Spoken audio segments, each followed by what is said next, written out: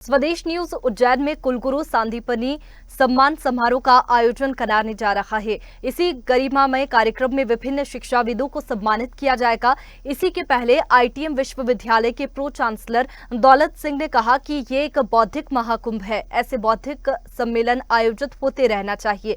राष्ट्रीय शिक्षा नीति के बारे में दौलत सिंह का कहना है कि किसी भी अच्छे काम को करने में समय लगता है। उनका मानना है कि राष्ट्रीय शिक्षा नीति में छात्रों के सुझाव को भी आमंत्रित करना चाहिए। इन्हीं बातों के बीच आईटीएम विश्वविद्यालय के प्रो चांसलर दौलत सिंह से ब्यूरो चीफ अरविंद चौहान ने खास बातचीत की है।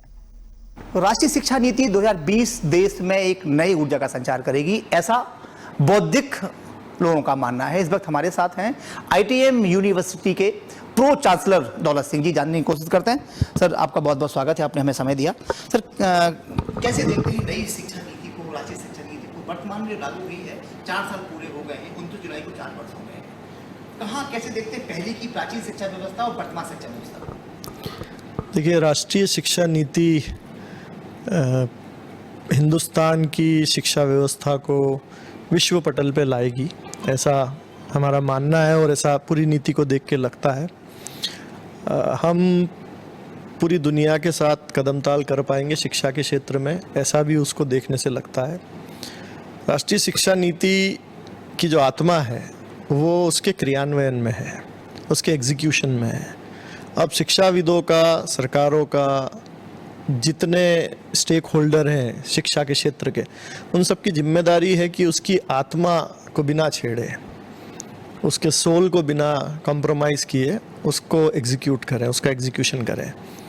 नहीं तो शायद हम वो नहीं पा पाएंगे, वो रिज़ल्ट नहीं पा पाएंगे जो उससे पा सकते हैं। ये बहुत महत्वपूर्ण स्टेप है जो सेंट्रल गवर्नमेंट ने उठाया था और इसका स्वागत सभी शिक्षाविदों ने, सारे संस्थानों ने किया था और इस पे हम सबकी आशा टिकी हुई है। आपको बहुत बहुत बधाई देना चाहता हूं जिस कार्यक्रम के बारे में आपने बताया। बहुत महत्वपूर्ण कार्यक्रम है। मैंने अभी तक नहीं सुना कि 60 कुलगुरु एक साथ एक जगह इकट्ठे हुए हों। मेरे ख्याल से इस तरह के कार्यक्रमों की बहुत ज़रूरत है, क्योंकि मेरी जो अल्प समझ है उससे राष्ट्रीय शिक्षा नीति की खासियत ये होगी कि हम कैसे समन्वय बना के एक ऐसा इकोसिस्टम बना सकें छात्रों के लिए, जिससे वो सिर्फ हिंदुस्तान में ही कम्पीट नहीं करें, हिंदुस्तान में ही बहुत अच्छा काम नहीं करें, पूरी दुनिया में एक छाप छोड़ पाएँ। अगर बात करें तो राष्ट्रीय शिक्षा नीति हो, शिक्षा हो, सबको निश्चित तौर पे एक अच्छी शिक्षा साफ तौर पर कह सकते हैं कि एक अच्छे भविष्य का निर्माण करती है, अच्छे समाज का निर्माण करती है।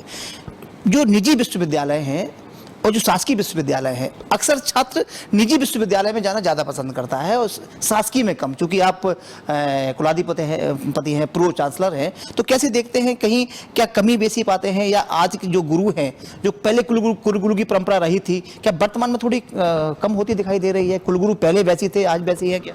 नहीं, मैं इसको ऐसे बिल्कुल नहीं देखता हूँ। आपने जो पहली बात कही थी वो महत्वपूर्ण है कि शिक्षा का उद्देश्य क्या है। तो हमारी समझ से, मेरी समझ से, शिक्षा का उद्देश्य कभी भी सीधा उद्देश्य नौकरी नहीं था, रोजगार नहीं था।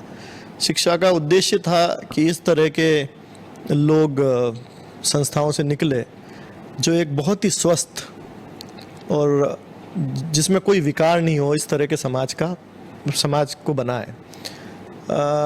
जब से शिक्षा पूरी तरह से व्यावसायिक हुई है, प्रोफेशनल हुई है, तब से ये देखा गया है कि छात्र निजी या प्रोफेशनल कॉलेजेस या यूनिवर्सिटी की तरफ ज़्यादा जाते हैं। उसका मात्र एक कारण जो मैं समझता हूँ वो ये है, ऐसा नहीं है कि कहीं कोई ऐसी परेशानी है जैसी आप बता रहे थे, लेकिन उसका मुख्य कारण ये हो सकता है कि अब सारा समाज, सारे लोग ये मानने लगे हैं कि शिक्षा का मतलब सिर्फ रोजगार है, और यही सबसे बड़ी विडंबना है और यही मेरे लिए बहुत दुख की बात है, क्योंकि शिक्षा से रोजगार कॉम्प्लीमेंट्री आता है, साथ में आने वाली चीज़ है। जो सबसे महत्वपूर्ण चीज़ है शिक्षा से वो यह है कि लोग इस तरह के बने कि एक सुरक्षित, एक बहुत ही समृद्ध समाज को बनाएं, उसको आगे बढ़ाएं और एक ऐसा समाज बनाएं जहाँ कोई भी विकार नहीं हो, कोई विकृति नहीं हो, किसी के साथ बुरा बर्ताव नहीं हो, महिलाएं सुरक्षित हो, लोग अच्छा काम करें। और ये भारतीय भारतीय परंपरा रही है कि हमने तो हमसे पहले हमारे पड़ोसी को ध्यान दिया है, हमने हमसे पहले मेहमान का आदर किया है। यहाँ तो महिलाएं पूजी जाती है, लेकिन शिक्षा का उद्देश्य जब से बदला है तब से ये सारी चीज़ें शुरू हुई है। सर मेरा आखिरी सवाल है, हम लोग अंतरिक्ष की बात करते हैं कि, और इसके बाद बात करते हैं अध्यात्म की। हम बहुत पुराने थे, नए में आ गए हैं। प्राचीन से वर्तमान में शिक्षा, आखिरी क्वेश्चन है मेरा, प्राचीन शिक्षा व्यवस्था से वर्तमान शिक्षा व्यवस्था को कैसे देखते हैं, और राष्ट्रीय शिक्षा नीति इसमें कहाँ तक सफल होने की संभावना है? देखिए, प्राचीन शिक्षा व्यवस्था की कई खूबियाँ थी जिसको हमने पीछे छोड़ दिया। हमने जब से शिक्षा का पश्चिमीकरण किया है तब से हमारी जितनी खूबसूरत चीज़ें थी, मैं खूबसूरत इसलिए कह रहा हूँ क्योंकि वो असल में खूबसूरत थी, वो सिर्फ शिक्षा नहीं थी, वो एक बहुत ही खूबसूरत समाज की परिकल्पना थी। तो सारी खूबसूरत चीज़ों को हम पीछे छोड़ते गए हैं। ये बहुत महत्वपूर्ण कदम है जो सरकार ने उठाया है और उसमें राष्ट्रीय शिक्षा नीति में उसको जोड़ा है कि उन सारे विचारों को, उन सारे दर्शन को छात्रों तक पहुंचाया जाए।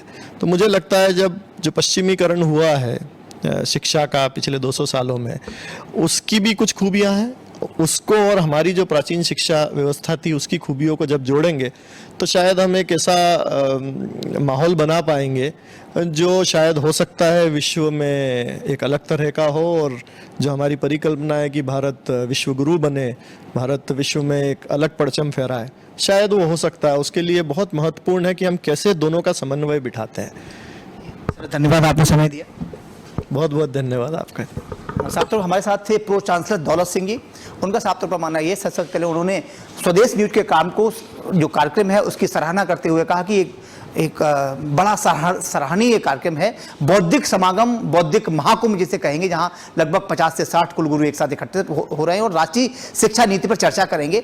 इसी के साथ उनका कहना यह है कि प्राचीन शिक्षा व्यवस्था और वर्तमान शिक्षा व्यवस्था में थोड़ा सा कहीं ना कहीं हम लोग जल्दबाजी में कह सकते हैं कि पाश्चात्य होते चले जा रहे हैं। हमें अपनी वो उन धारणाओं को देखने की जरूरत है, और साफ तौर पर ये कहा है कि राष्ट्रीय शिक्षा नीति एक देश में जो लागू हुई है, 4 साल वर्ष हो गए हैं, एक नया कीर्तिमान जरूर रचेगी। कैमरा पर्सन धर्मवीर के साथ अरविंद चौहान।